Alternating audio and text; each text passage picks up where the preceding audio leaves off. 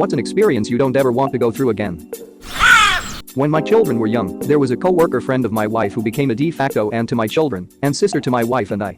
She was single, and most of her family, whom she didn't get along with, lived hours away. We lived near my wife's family, and they all treated her as if she were one of us. One spring, she had been fighting a bad cold mild flu. As with most teachers, she worked multiple jobs. Her second job, at that time, was working at the Hallmark store in the mall.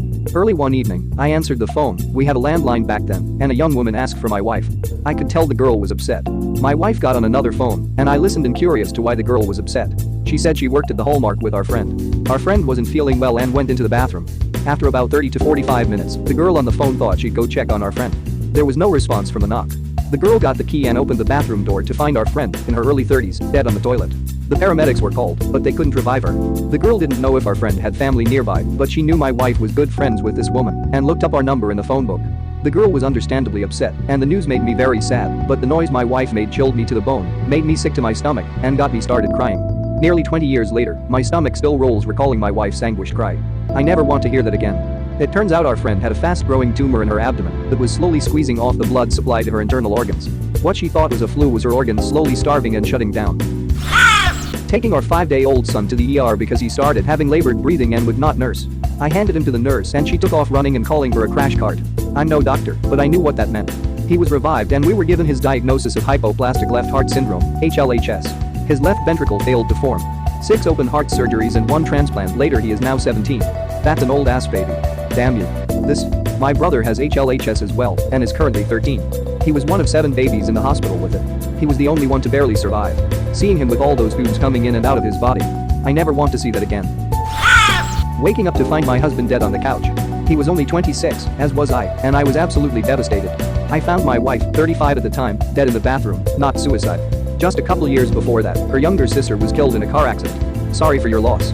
I found my boyfriend of 5 years and father to our 4-year-old daughter dead on the couch December 22, 2018. I still don't remember a thing from that morning. The doctor said my brain just blocked it out. I'm sorry for your loss. There's no pain like losing your significant other. 4 months ago I had to tell the doctor to turn off my husband's life support, then I lay with my head on his chest as he took his final breath. I never want to be faced with that again, even though I was 100% certain it was right. I'm an ICU nurse. I know how much it hurts family members to make that decision, but you absolutely 100% did the right thing. I'm very sorry for your loss, and I hope you're doing okay. Hi, ICU nurse. I love you. You guys are so strong and brave doing what you do. From the bottom of my heart, thank you for everything you do. The ICU nurse I had with my wife wouldn't even go home from her shift. She stayed with me till the end, fed me tissues and gave the morphine, then hugged me for 5 minutes at the end. Then she fucking thanked me for letting her be a part of my wife's passing. That lady holds a special place in my heart forever. I'll never forget her. Appendicitis. Sucks. As soon as my surgery was done, I had the stomach bug worst experience by far. I hated having to figure out how to poop and pee again for the 2 weeks after surgery because I felt like I was going to tear out my internal and external stitches. I was cleaning out my wound. Hey, look, a hair in my wound. Proceed to pull out the external stitches. Fuck me, I'm dumb. It's like finding a loose thread on a sweater, so you pull on it and it starts to unravel, but you are the sweater. Having my house flood. Especially when it's a natural disaster, because there isn't enough labor. 3 years later and we still have bits and pieces unfinished. I feel you. 1 year post Hurricane Florence here. Business was flooded and we are still not back in there. No flood insurance at the time, so I spent the first 6 months after the storm just trying to find a way to finance repairs to the building. There are still people in the community sleeping on family members' couches. Hoping everything continues to come together for you and your loved ones. Estonian here. I haven't flooded, but watching my neighbors and friends go through the repeat flooding is heartbreaking. Neighbors will finally get back into their house, and the next storm with unprecedented rainfall will happen soon after.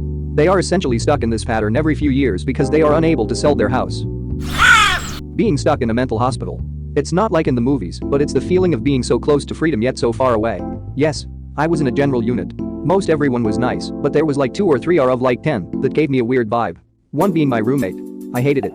There was nothing to do except take pills and talk and group. The day I knew I was getting out, my mom came to get me. She had to wait 3 hours in the parking lot. When I asked what time I was leaving, they kept saying when your ride gets here. I called my mom over an hour ago and she's been sitting outside waiting. I asked OP the same question above, but I genuinely would love as many answers as possible, so I'll just copy and paste. I work in a psychiatric unit. Can you give me any advice to help my patients feel as comfortable as possible? I try my best to keep them occupied. I can imagine the boredom is the worst part. I play cards with them daily and bring my YE from home occasionally. Anything else I could do? Watching both my parents waste away from degenerative diseases, MS and Alzheimer's. My dad passed when I was 17, and my mom was diagnosed with early onset Alzheimer's just after my 19th birthday. She was gone long before in mind, but her body and spirit held around for another 11 years. I didn't get to say goodbye to my dad, but I got to tell my mom that I had everything, and I was going to be okay. After my mom passed, her sister tried to steal my inheritance away from myself and my sister. We are still battling legally, and I hope she rots from the inside out. Both sides of my entire family abandoning myself and my sister through all these times, and then trying to enter back into our lives after the fires went down, through no help of family. I basically never want to experience my family ever again. Anyone who says blood is thicker than water only serves to use that to their advantage. When you have toxic family like that, it's just best to find a new one. My mom liked to adopt mine and my sister's friends that has happened to. Especially my brother-in-law, he did not know that parents could be loving. He married into a good family. Uterine lining biopsy. No anesthesia. It is okay to scream, we understand. Last year my doctor suspected I had some blockage in one of my fallopian tubes. I left work on a lunch break for a quick check. They discovered that one of them was 100% blocked, and they blew out the blockage right then with no anesthesia or warning. Then I had to go back to work. Probably the most painful thing I've ever experienced. Around the same time, I also had a biopsy of my cervix with no anesthesia. I've concluded that anything non-sexual that involves my reproductive system is going to be absolute hell. OMG, you poor gal. That is terrible. You know, they actually have anesthesia they can use. I learned this. Insist on it. Don't let them torture us. WTF. That pisses me off, but living in the US, I also feel like a dollop of anesthesia would have cost like $600 out of pocket. I had this too. The doctor said it would be a bit of a pinching feeling. It was agony and felt like I was being stabbed internally. I had my doctor tell me it would hurt no more than a pap smear. Dude was a liar. I went in thinking, oh, no big deal. Won't hurt much, and boy was I wrong. Something I hope to never experience again. Yo, what the fuck is up with this lie? The other lie mine told me you can say stop if you need to, then I screamed, OMG, stop. Did they stop? No. Why lie and say you would have? They said you can say stop, they didn't tell you they would listen.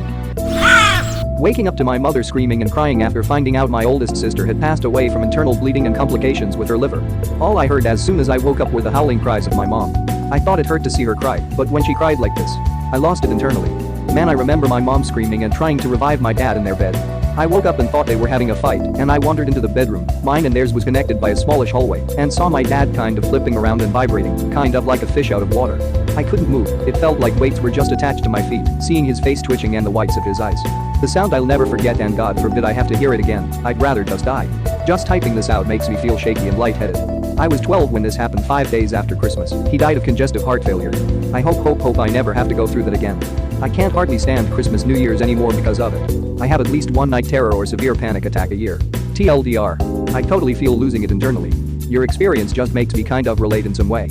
I hope you're doing okay. My mom has end-stage breast cancer, and watching her health and spirit deteriorate is the most painful experience I've ever known. I'm so very sorry for you and your mom. I had surgery, chemo, and radiation this year for breast cancer, and it sucked, but I'm thankful it's an option for me, and I'm still here. My heart goes out to you. Truly. Thank you for the kind words. I hate that you had to experience those things. I'm very glad you're still here. Wish you all the best. You have such a kind spirit to say those things while you're going through such a difficult time. I'm so sorry about your mom. Even though it sounds like she's not expected to pull through, I hope she has a miraculous recovery. Watching my 11-year-old daughter die in the ER of heart failure. It's been 4 months. I am so sorry for your loss. That really hit me hard. I'm sorry you had to go through that. May you find peace. My daughter is palliative. I'm so sorry. I can't imagine, but unfortunately one day, I will. I'm really sorry. I can't even begin to imagine the horror of knowing such a thing will happen one day. Kidney stone. Yes. God, yes. Awful stupid things. And I know people who have awful diets that consist of just chugging pop all the time or that sort of habits, and they never get them. I drink water like a damn ocean creature all the time, and I still get them. And once you had them one time, you know the pain of them, and if you ever even have a twinge of pain again, that signals they are coming back. You go into total paranoia state. I've never chugged water, cut out all the salt and other tips like that so fast in my life until I felt that kidney stone movement again out of the blue. And I'm a chick, it's even shittier for men. My sympathies for guys, because if they were hell for me, I can't imagine what it's like for someone with a penis to pass those damn things. Living paycheck to paycheck. I'm in a comfortable position now and don't need to worry about bills or if I can eat that day. This guy fills his gas tank all the way up. I often feel like I made it because I don't buy cheap paper towels. God, the first time I was able to pull up to the pump and just fill her up without opening my mobile banking app was amazing. I still check my account often because it was such a habit to do so before buying anything. The death of my parents. This was years ago. My mom was 62 and died of a heart attack. I will never forget seeing my mom dead on the operating table. Doctor let us go in and pay our respects right after she passed. My dad was a heavy smoker and died several years later of emphysema. I was in the emergency room when my dad took his last labored breaths. He fought to breath for several days before he passed. It's because of him that I don't touch cigs, babe. Watching him on oxygen the last year or so and continuing to smoke was brutal. I went through the COPD thing with my mom. She passed at 65 and it was brutal. Watching her struggle to breathe, taking anxiety medicine to calm her BC, she couldn't catch her breath, ever. Her belly swelling in the hospital because CO2 built up on her system because her lungs couldn't exchange it fast enough, slowly declining. Then getting a call in the middle of the night from the nursing home that she was being rushed to the hospital again, and then this time her cold, lifeless body lying on a metal table. Like you, I have never picked up smoking, and when I see people doing it, I die a little inside thinking of their future. Getting a call that my son had gotten hit by a car and was en route to trauma center. Fuck that day. I hope he's alright now. And you? Thank you, yes, he is recovered. 30 hours of surgery and 1.5 years is recovery, plus PT. Thank God, no brain or spine injury, broken bones, ankle, both arms. I'm so glad he's well. Don't any of you little shits say it. I know you're thinking it. If it makes you feel better, I thought it and then told myself to grow up. Dislocating my shoulder while standing on a ladder and flailing wildly because holy fuck my shoulders popped out. I dislocated my kneecap once. It happened a lot with my sister, so I knew I could pop it back in and I did. Afterwards it felt like a bad sprain. But those few seconds when the kneecap was in the wrong position, it's hard to describe. I don't remember any pain, but it was the most horrible feeling of panic and horror when something is just not where it's supposed to be. I think more than a few seconds would have driven me insane. How did you stand it? You just reminded me of an incident at school years ago. All playing rugby and we dive on top of this lad who hit the ball. He was screaming get off, but in a sort of jokey way, like half laughing as he said it. We all got off one by one, and when he was revealed to us all, it appeared that his kneecap was facing the opposite direction. It was only then, when he noticed too, that he began to scream bloody murder. Still remember how loud the noise was when they popped it back in for him, haha. The feeling of abandonment when one of my parents fucked off to go party, do drugs and be a complete douche, and never call for 12 years. Pretty convenient to reconnect when I'm an adult and all the hard work is over. I feel you. My mom is turning 50 soon, and couch surfs and calls me for money pretty much quarterly at this point. I've never given her a cent, she left when I was 10.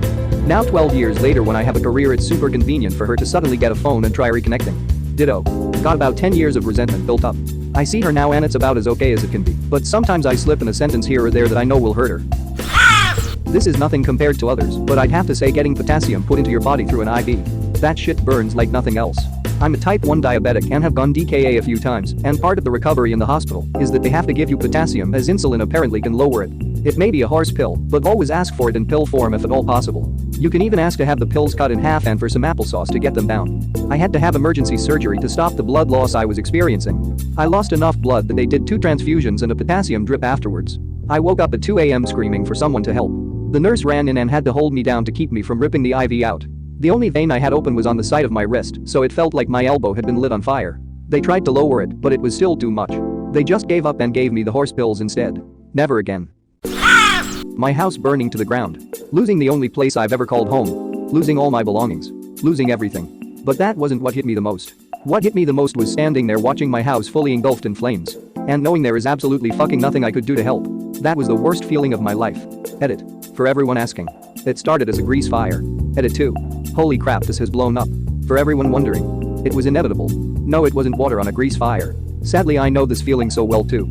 Even worse than losing my house, belongings, memories was losing my cat who was stuck inside. Tears me apart every time I think about it. Sending you hug. X, oh my god, that is just horrific. I am so sorry for your loss. I really hope you are doing better now.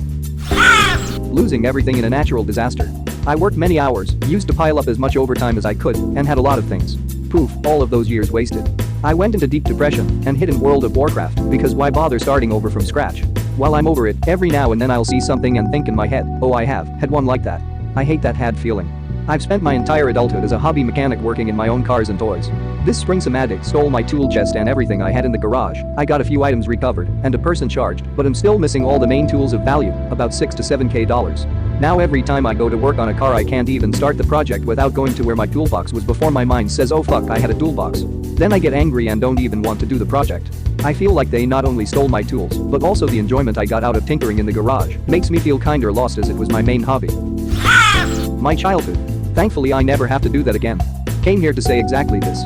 Poverty, abusive and alcoholic parents, food insecurity, being made fun of at school for being a white trash family in a small southern town were just a few of the not fun times I grew up with. Would 010 want to repeat my childhood? Are you me? Damn, all that and your dick fell off? Fuck yeah. Ma thinks she's psychic, all family members all living on same plot of land. Dad ran over his own damn self with a truck. Never ever again. Workplace shooting. I would think any shooting. I've got a friend who was in Columbine when that happened. She has to go on vacation during every holiday with fireworks because she can't handle the noise. Scary stuff. I'm glad you're okay, and I hope you're handling the trauma of the experience well. Funny thing is cars backfiring, other weapons shooting, balloons popping, fireworks don't bother me much. Emergency vehicles with lights and sirens that'll raise the heart rate a few beats. As for handling it well, I guess I am. I do things differently now, such as sitting in back rows at events or where I can see the door at a restaurant. I don't know what I'm going to do if someone came in with a gun, but I don't want to be surprised like that again. And to answer a question everyone eventually gets around to, I wholeheartedly support the Second Amendment. Getting bitten by a dog. Dog, 160 pounds Great Dane, put me in the hospital for a week. I got an infection. Sucked pretty badly. How did this happen? OP dressed up in a costume and terrorized people that drove a green van. The dog was nuts. Had some crazy blasto disease virus and it was crazy in the head. I went to pet him, my dog and him had played together in the past. I had met the dude that bit me many times prior, and he just lunges at me and grabbed onto my arm. Went to the ER, they stitched me, bad idea, which caused my arm to go red and get infected. Stayed for a week in the hospital on antibiotics and got better. I had pretty bad PTSD when meeting new dogs, but I've since gotten over it. Now I'm all good, and I think it made me reevaluate how I interact with animals. I'm definitely more cautious now, but once that introduction has happened and there is the mutual respect between me and the animal, I get all the snuggles with animals. Kinda nice now actually. Losing everything in an apartment fire. It was over 20 years ago and I still remember it like it was yesterday. Luckily no one was injured or killed because of it. The 13-year-old kid that lived downstairs from us lit some football cards on fire and threw them on his bed, then left the apartment, leaving his mother asleep on the couch. My kids and I were home when it started, but didn't realize until after. I smelled burning, but I was making ramen noodles and spilled some under the burner, so I assumed that was why. It started getting warmer, but we were on the top floor, it had been raining outside, and that was also when the sun came out, so I attributed it to that. The only reason we weren't home when the fire came upstairs. After eating the ramen noodles, my kids insisted that they have sandwiches because they were still hungry. We didn't have any bread, so we went to get that and some other groceries. When we came home, there were firefighters punching holes in our roof. Holy crap. Thank God for your hungry kids, I guess. Also, did the kid just want to burn the whole apartment complex down? I have no idea. He had some problems. We had his older sister come up to use the phone in tears one night, and a co-worker of mine said she knew them and that there were allegations of abuse against a father. Thank you very much for watching. Don't forget to subscribe and like this video. Tell me what you dislike or love about this video, so please comment below and hit the bell icon so you're notified anytime a new video is released. This is a We Media production.